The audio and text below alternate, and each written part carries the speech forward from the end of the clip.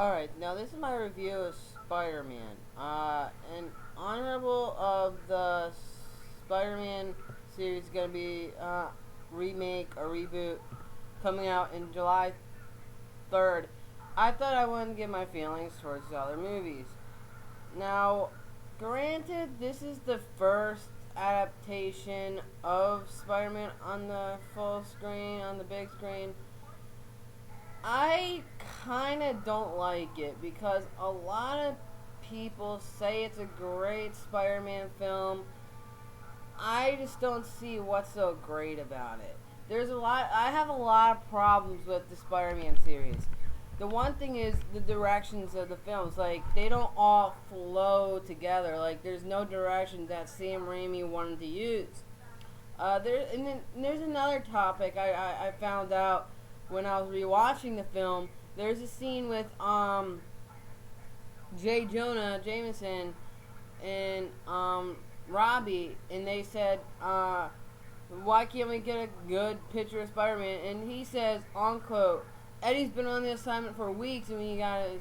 When I first heard that, I thought they were gonna set up Eddie Brock in this film because I heard the word Eddie coming out of his mouth. I even put it on subtitles to make sure that's what he said, and he said that, and that got me figured.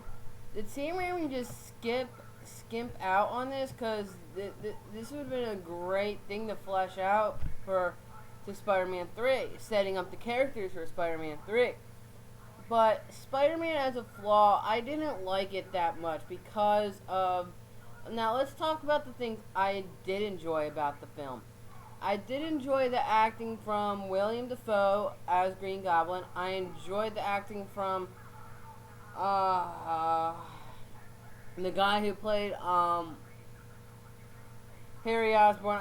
He really actually portrayed the characters on screen, right? Like, that's how I see Harry being portrayed as.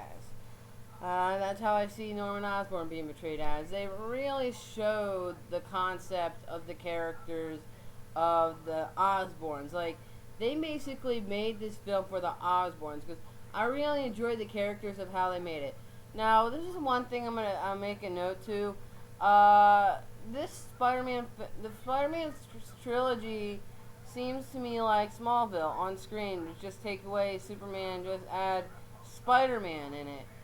But that the only reason why I say that is because Peter Parker's socially awkwardness isn't actually helping him when he wants to talk to girls and all that. But his social awkwardness isn't actually being portrayed as like, I'm here.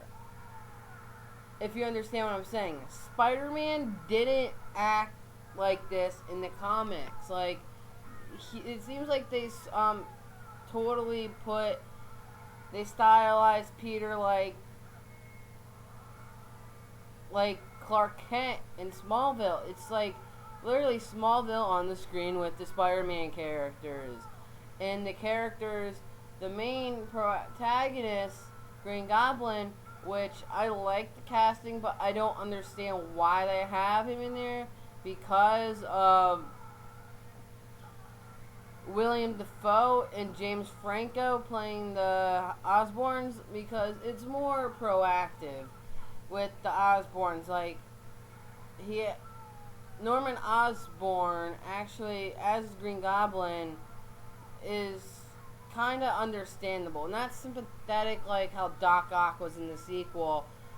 Um, what I mean is that the characters weren't that fleshed out, and they didn't show so much about the characters, but only give us like feelings for the characters, not actually watching the characters on the screen. This is something else I didn't like in this film. The love interest. Over the years, 90s, every animated series had Mary Jane, Mary Jane, Mary Jane. I thought they should have had a clean slate and they could have went with Gwen, but a lot of people are saying, well, Gwen is in the third film. I'll get to that one I'll get to Spider-Man 3 when I get to Spider-Man 3. Spider-Man 1 is a big film in the franchise that kickstart Marvel's onslaught on superheroes. which started that year with a bunch, like 2 superhero films. I will be talking about in other videos. Spider-Man, the first film, to me, I really didn't like it because of Spider-Man isn't Spider-Man. Tobey Maguire doesn't act like Spider-Man. I know I'm nitpicking and looking at these characters as like they should be in the comics, but I'm analyzing the way how they portray the characters and then seeing if they were actually pretty good to the actual characters that I enjoyed reading.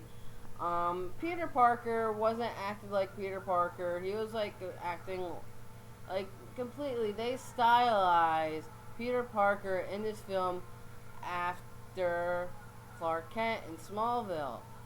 But I didn't enjoy this film as much as I did before. It's just a different way, and I don't know why I'm nitpicking at it. It's just something I didn't like Spider-Man, like, just waiting for danger to happen. If you know in any Spider-Man cartoons, this is what I think the reboot should do. I hope they do the source material right for Spider-Man's origins, and that is something that kind of bugs me. A lot of people that watch the movies know Spider-Man's origins from media.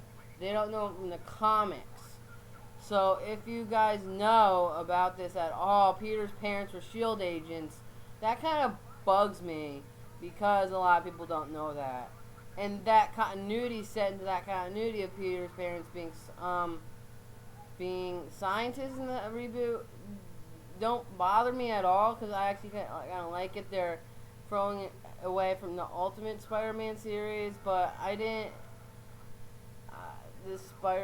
I like Spider-Man as a character, but the first film didn't do anything for me. I just didn't really see myself getting behind the characters on the screen. Like, go Spidey, go get the villain. Like, you have to make a reason for us to like the hero, and we only see the hero utilize his powers every once in a while in his fights. Like the whole fight scenes with him in there are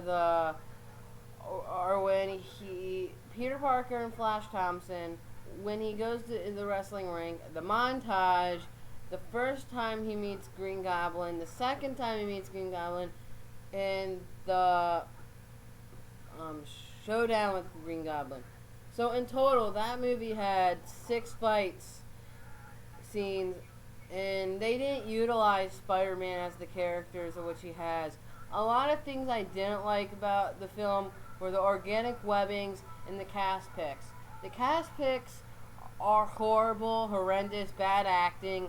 I didn't enjoy Kirsten Dunst's Mary Jane because she wasn't portraying Mary Jane as Mary Jane.